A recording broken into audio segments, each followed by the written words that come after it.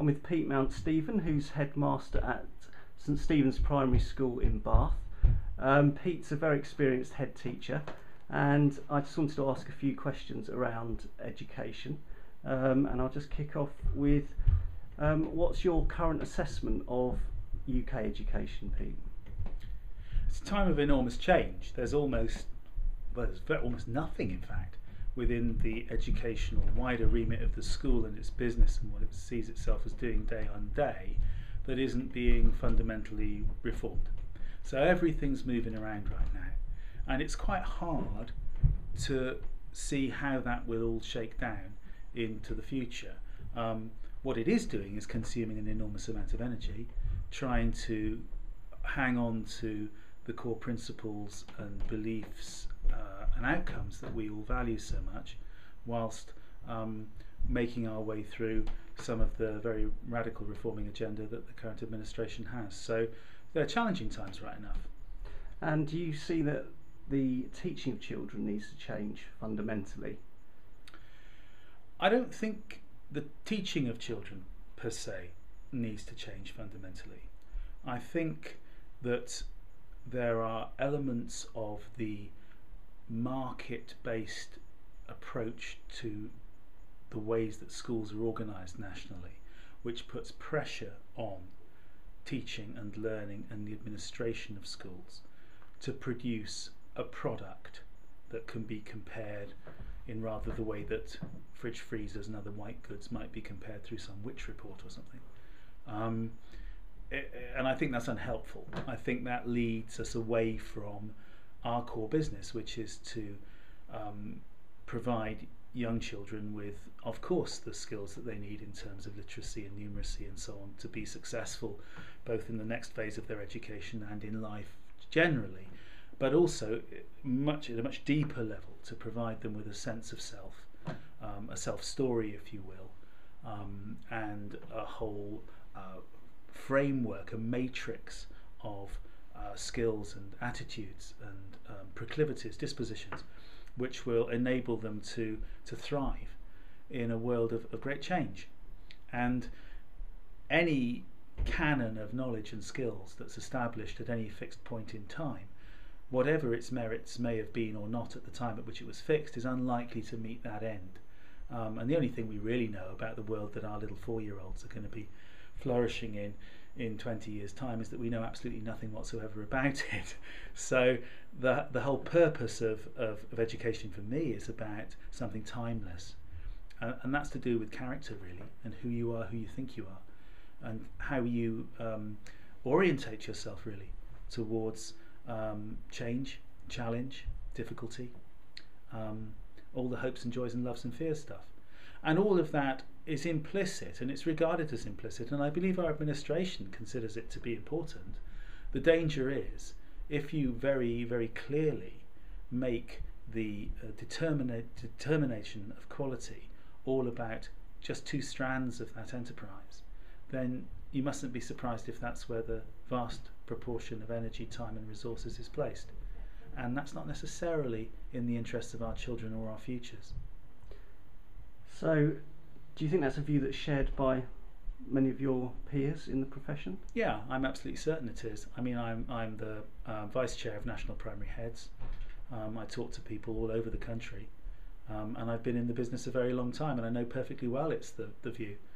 I think there is no debate amongst my colleagues about either the importance of children learning core skills, and I refer specifically to literacy and numeracy, and there's certainly no debate about the fact that they need to be assessed, and that we need to know how children are getting on and where they are so we can teach them the right things. There's no question about that. This isn't some sort of A.S. Neil, Summerhill kind of hippy-trippy idea that we all ought to be going off playing in the fields all day, sweet though that might be. It's much more about giving proper status to the wider dimension of opportunity that primary education provides, and particularly when youngsters are increasingly growing up in a confusing world where a lot of the fixed points that we had in the past to do with institutions within society that were above question, religion, politicians, the royal family, the list goes on. Those kind of hitching posts, if you like, that kind of kept culture nailed down, are at very best slippery. And alongside that, at a time of enormous, unprecedented change, families, the way in which parents, the commonness of parents, really, sorry, I'm putting this very badly, but the frequency of domestic breakup, the much more complex worlds in which children live. The fixed point of the school is more and more and more important. That's what I'm saying. Mm-hmm. And it's reasonable for society to be expecting schools to be really pretty major shareholders in the model that they are often presenting to children about how they might be and who they might be, not just whether they know that 7 sevens are 49 and how to use a possessive apostrophe, important though that is. So, picking up on what you've just said there, how can we change that system to better reflect where we need to be going? Well, I think there are a few things we could stop doing. Mm-hmm. I mean, we could stop marketing education to the population as some sort of commodity that you have choice over, and that you go to a lot of data to determine quality about. I think that's just really unhelpful. It sets school against school, and it fritters away energy which could be much more purposefully spent on doing a good job with children. So that's the first thing. I think the way in which the curriculum is rumoured, because of course it's not yet published in its reviewed form, to be going, might or might not allow a certain amount of the freedom that's necessary for teachers and schools to provide the richest and broadest diet of learning and opportunity to youngsters, so that they have, whatever their natural dispositions, the greatest opportunity to shine. Because that's what you want for children. You know, we all are agreed that we don't want children to fail in schools.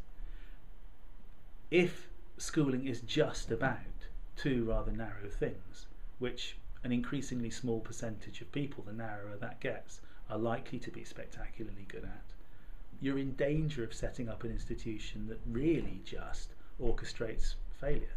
So the broader the stage for success can be, the more dancers you can have on the stage, if you can wear that metaphor. So I think that's certainly what we could do, is to make sure that our curriculum is celebrated, that children learning to be wonderful dancers, musicians, to be very involved in intergenerational learning, that's celebrated too, not just what they do 1 week in May when they're 10 or 11 years old. Finally, how does that convert into something, some action points?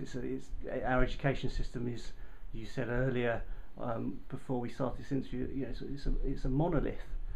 So what, you know, is there hope in making some of this happen? Yeah, I think there's enormous hope, because I think we've got a tremendously committed and very appropriately orientated workforce by and large. I mean, there are people in teaching, obviously, who don't share my passion for enhancing every child's life and lighting the fuse of their energies and just making the world a beautiful place to be. But not many, frankly. Most teachers the vast majority of people involved in education are passionate about children and are very selfless in the crusade that they see themselves to be upon. So I think that's a huge positive. And essentially what we need to do, and I don't think it's that difficult actually, is to make sure that when we are legislating for the way in which schools must be, we pay proper respect to the centrality of that relationship and allow the space and respect to that relationship for it to grow and to be celebrated and to be the nourishment that it should be in each child's life. So yeah, there are an awful lot of things that we could do in detail, but broadly speaking, it's about policymakers and legislators understanding that education is about relationships, it's about love.